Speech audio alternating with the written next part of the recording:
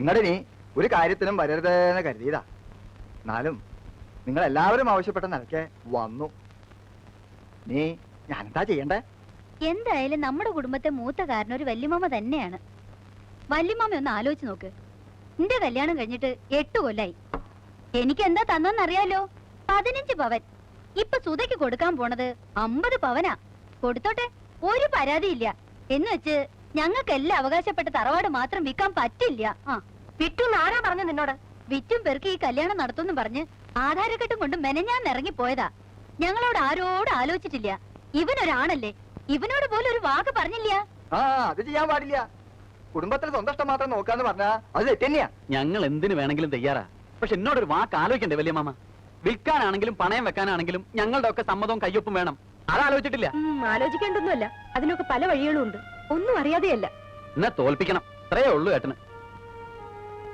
തലമുറ എണ്ണ തേക്കല്ലടാ മോനെ. ജാനുവേ, തെറ്റോ ശരിയോ ഏതായാലും ഒരു അഭിപ്രായ വ്യത്യാസമായ നിലയ്ക്ക് ഭാഗം നടത്തന്നെയാ നല്ലത്. പിന്നെ പരാതിയില്ലല്ലോ. അതാ ഞാനും പറയണത്. എനിക്കിപ്പോ മണ്ണും ഭൂമിയൊന്നും അല്ല പ്രശ്നം. എന്റെ അനിയത്തിയാ, കുടുംബത്തിന്റെ അഭിമാനത്തിന്റെ പ്രശ്നം അത്. ആ, വല്യമ്മാമ എപ്പോഴാ വന്നേ? കുറച്ചേരായി. എല്ലാരും ഉണ്ടല്ലോ. എന്താ പുതിയൊരു സഭ കൂടല്? ഇവർക്കൊക്കെ ചില പരാതികളുണ്ട്. ഓഹോ, അപ്പൊ കോടതിയാണ്. ഭാഗപ്പിരിവായിരിക്കും അല്ലേ? ലേമേ, നീ ഇങ്ങോട്ട് വരിക, ഒരു കാര്യം സംസാരിച്ച് തീരുമാനിക്കാനുണ്ട്. എനിക്ക് അതിനേക്കാൾ പ്രധാനപ്പെട്ട ഒരു കാര്യമുണ്ട്. അത് കഴിയട്ടെ ആദ്യം, എന്നിട്ട് വരാം. തേൽട്ടേക്ക് പൊയ്ക്കോളൂ. അച്ഛനും അമ്മയൊക്കെ ചത്തിട്ട് 5-6 കൊല്ലായില്ലേടി, പിന്നെന്തിനാ കരയണേ? സുധേന്തി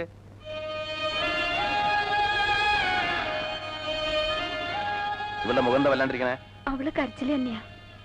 കുടുംബത്ത് കലഹം ഉണ്ടാക്കിയിട്ട് ഈ കല്യാണം നടത്തണ്ടെന്നാ പറയണേ. ഒറ്റ വീക്കിയാൻ വെക്കും. കുടുംബത്തെ കാര്യമൊന്നും നീ നോക്കണ്ട. നീ നിന്റെ കുടുംബം ഉണ്ടാവുമ്പോ നോക്കിയാ മതി. വല്യേട്ടനെ എല്ലാരും ഒറ്റപ്പെടുത്തും.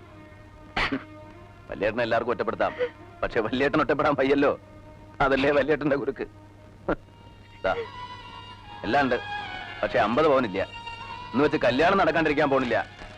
നിനക്ക് അത്യാവശ്യമുള്ള പൊന്നുണ്ട്. ബാക്കി പൊന്നിന്റെ സമാധാനം ഏട്ടൻ ചെയ്തു. ദാ പോരെ.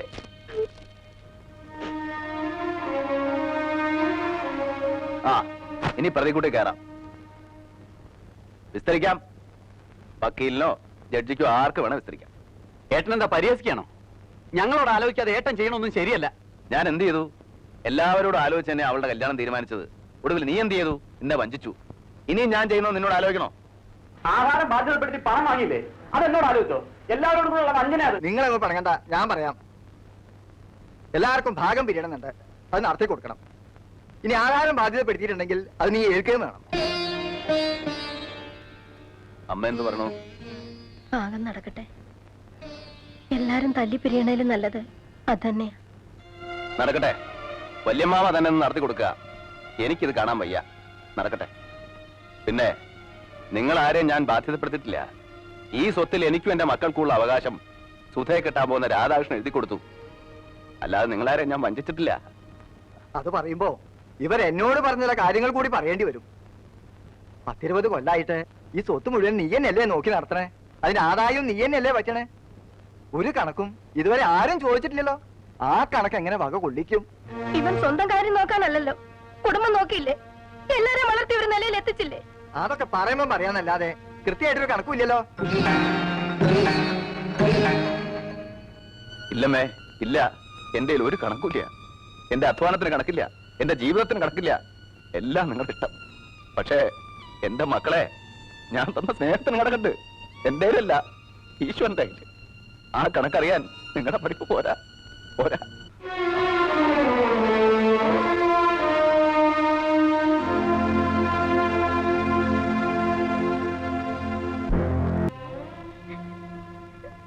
സാരല്ലമ്മേ, വിധിയാണ്, അത് അനുഭവിക്കണം. മാലതി, പുറപ്പെടാൻ ഒരുങ്ങിക്കോളൂ. എങ്ങോട്ടാന്നറിയില്ല, പോണം. ഇനി എന്റെ ആവശ്യമില്ല ഇവിടെ. ഞാൻ ആരുമല്ല ഇവിടെ. അമ്മയ്ക്ക് വരാം, പക്ഷേ ഇപ്പോഴല്ല, ഒരിക്കൽ. അപ്പൊ അമ്മയുടെ വേണം, അല്ലെങ്കിൽ ശോഭ ഒറ്റയ്ക്കാവില്ലേ? അമ്മ സമാധാനിക്കും, ഒക്കെ ശരിയാവും. വേഗം വേണം, ഇനി ഒട്ടും വൈകണ്ട.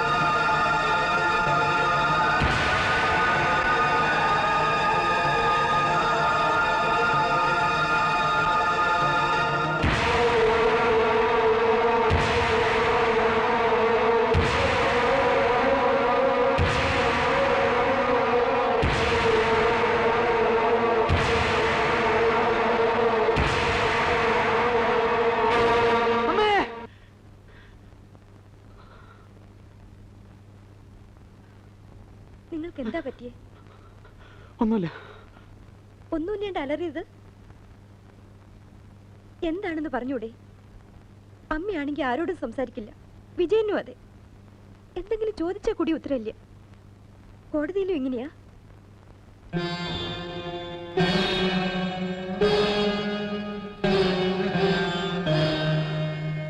എനിക്ക് സ്വസ്ഥതയില്ല. എന്റെ ഉള്ളിൽ നീറാണ്. ഉറക്കം പോലും കിട്ടണില്ല. തെറ്റാണ് ചെയ്തത് മുഴുവൻ. വെറും തെറ്റല്ല, ക്രിമിനൽ മിസ്റ്റേക്ക്. എന്റെ മകളോട് എനിക്ക് സഹതാപമേ ഉള്ളൂ.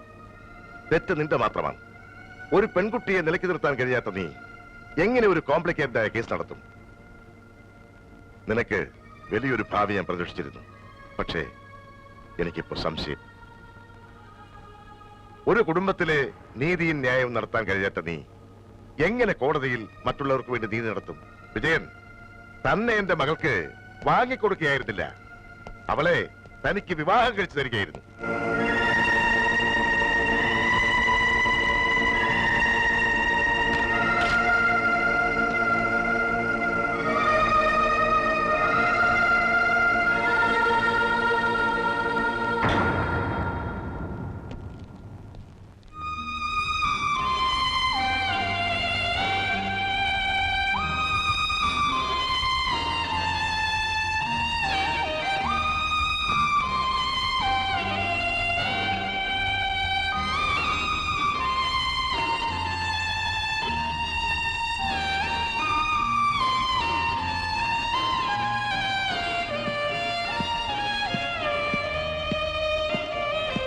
ഞാൻ വിചാരിച്ച അത് ഫ്രണ്ടിൽ നിന്ന് മാറ്റണമെന്ന്. എന്തിനാ അത് ഇങ്ങോട്ട് കൊണ്ടുവന്നത്? ഒന്നും അല്ലെങ്കിൽ മച്ചിന്റെ മുകളിൽ കൊണ്ട് ഡംപ് ചെയ്, അല്ലെങ്കിൽ ആർക്കെങ്കിലും കൊടുക്ക്. ഇതെനിക്ക് വേണം. എങ്കിൽ ഈ വൃത്തിയായിട്ട ക്ലോത്ത് മാറ്റി ആകെ ഒന്ന് ക്ലീൻ ചെയ്ത് പോളിഷ് ചെയ്യും. വേണ്ട, ഇതിങ്ങനെ തന്നെ ഇരിക്കണം. ഓ, ഏട്ടന്റെ ഓർമ്മയ്ക്ക്. ഓർമ്മയ്ക്കല്ല, അതിനെനിക്ക് ഇതിന്റെ ആവശ്യമില്ല. ഒരു ധൈര്യത്തിന്. ഞാൻ ഒറ്റയ്ക്കല്ല എന്ന ധൈര്യത്തിന്. ഓ, സെന്റിമെന്റ്സ് പാരമ്പര്യമായിട്ടുണ്ടല്ലോ ഈ ചീപ്പ് സെന്റിമെന്റ്സ്.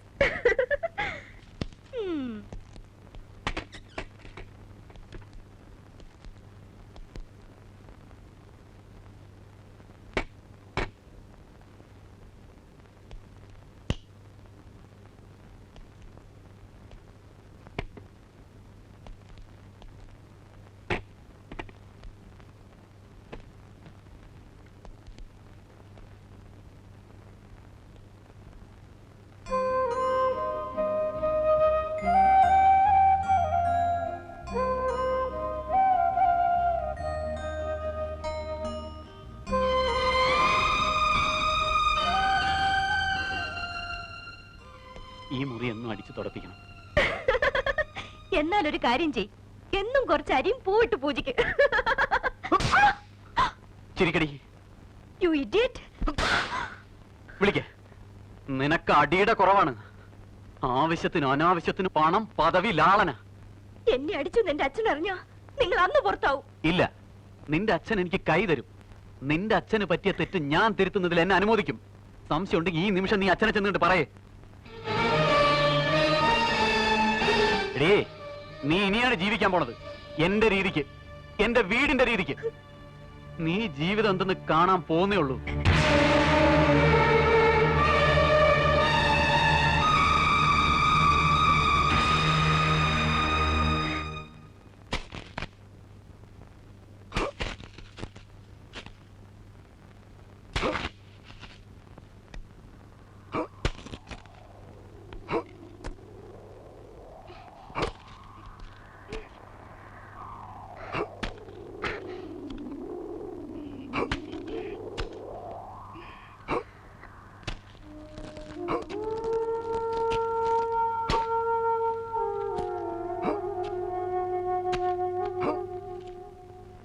വെള്ളം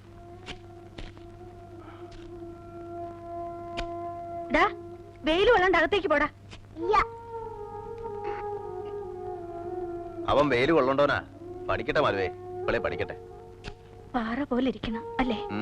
കന്നിമണ്ണ തൂമ്പ വേണ്ടില്ല, പക്ഷെ നനച്ചുണ്ടാക്കിയാലുണ്ടല്ലോ പൊന്ന് വിളയും, പൊന്ന്. എന്നിട്ട് ഈ കറുത്ത ചരടൊക്കെ ഒന്ന് മാറാം. ദേ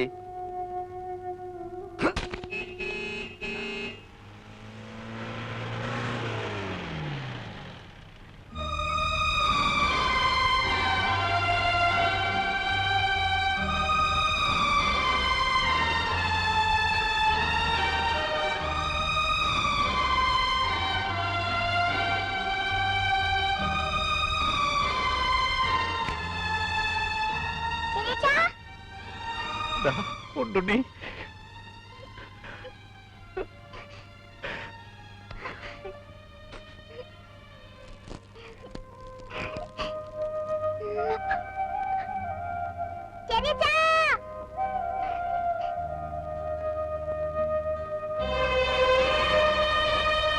വിജയൻ അന്വേഷിച്ച് വീട്ടിലെ വന്നേ.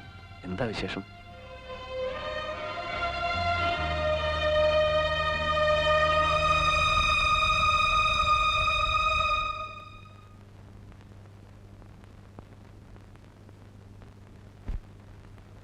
എന്നെ ശപിക്കരുത് ഏട്ടാ.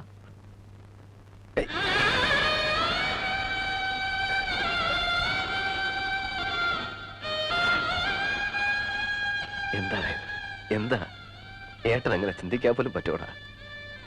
ഒരുപാട് വേദനിപ്പിച്ചിട്ടുണ്ട്, ഒരുപാട്. ഒക്കെ മറന്ന് ഏട്ടനും ഏട്ടത്തി എന്റെ കൂടെ വരണം. എന്നെ ഒറ്റപ്പെടുത്തരുത്. എനിക്ക് വീട് വേണ്ട, സ്വത്ത് വേണ്ട, ഒന്നും വേണ്ട. ഏട്ടനും ഏട്ടത്തി മക്കളോടെ ഉണ്ടായിരുന്നാ മതി. വേണ്ട മോനെ, ഇനി ഒരു മടക്കല്ല. പറ്റിപ്പിടിച്ചു നിന്നു, പറിച്ചെടുത്ത പോലെയാ പോന്നേ. ഇനി വേണ്ട. ഏട്ടനത് ഉപേക്ഷിച്ചു കഴിഞ്ഞു. പോതാ പുതിയ മണ്ണ് ഉണ്ടായിരുന്ന പൊന്നും പൊടിയെ കൊടുത്ത് വാങ്ങിയതാ. അതൊക്കെ ഇനി ഉണ്ടാവും. പണ്ട് ഇതുപോലൊരു ഭൂമിയായിരുന്നു നമ്മുടെ. നിനക്ക് ഓർമ്മ ഉണ്ടാവില്ല? കുത്തിക്കളിച്ചുണ്ടാക്കി. ഇവിടെ അതുപോലെയൊക്കെ ഉണ്ടാക്കണം. ഉണ്ടാവും. ഈശ്വരൻ ആരോഗ്യ ആയുസൊക്കെ തരാണെങ്കിൽ. അമ്മയോട് ഞാൻ ഏട്ടനെയും കൊണ്ടേ ചെല്ലൂ എന്ന് പറഞ്ഞിട്ടാ പോന്നു. അമ്മയോട് പറയാ, ഞങ്ങൾക്ക് ഇവിടെ സുഖാണ്. നിങ്ങൾക്ക് എന്ത് ആവശ്യം ഉണ്ടായാലും ഏട്ടൻ വെളിപ്പുറത്തുണ്ടാവും. പൊയ്ക്കോ, അമ്മ കാത്തിരുന്ന് വിഷമിക്കുണ്ടാവും. ഒരു ഗ്ലാസ് കാപ്പിയെങ്കിലും കുടിച്ചിട്ട്. വേണ്ട, പാലില്ലാത്ത കാപ്പി. കയറി ഒന്ന് ഇരിക്കാൻ പോലും സ്ഥലമില്ല. ഒക്കെ ഉണ്ടാവും. അന്ന് വരണം, ഭാര്യയും മക്കളും ഒക്കെ ആയിട്ട്. മാസത്തിലൊരിക്കലെങ്കിലും ഏട്ടൻ വീട്ടിൽ വരണം. അങ്ങനെ കണക്കൊന്നും വയ്ക്കണ്ട. എപ്പോഴാ വേണ്ടെന്ന് വെച്ചാ ഏട്ടൻ അവിടെ ഉണ്ട്. ഇനി സന്തോഷമായിട്ട് ജീവിക്കുക. വലിയ വക്കീലാവണം. രാമൻകുട്ടി എന്നെക്കാട്ടിയും പേരും പണം ഉണ്ടാക്കണം. ഇവിടെ ഈ തമിഴന്മാരോടൊക്കെ ഏട്ടനൊന്ന് വീമ്പിളക്കാലോ. സമാധാനായിട്ട് പോ. നീയൊന്നും വന്ന് പറഞ്ഞൂലോ, അതിൽ സന്തോഷമുണ്ട്. എല്ലാം നല്ലതിനാടാ, എല്ലാം നല്ലതിനാ. പൊയ്ക്കോ. ഏട്ടത്തി, ഞാൻ ഇടയ്ക്ക് വരാം. ആ, ശോഭയോടും പറയൂ.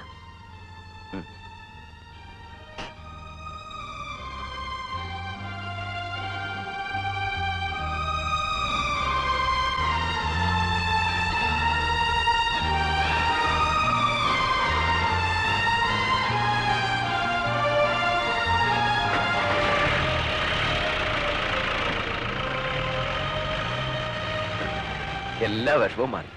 സന്തോഷായി എനിക്ക്. അവ വന്നൂലോ, എനിക്കത് മതി. പാവാവൻ ഒരു സാധു.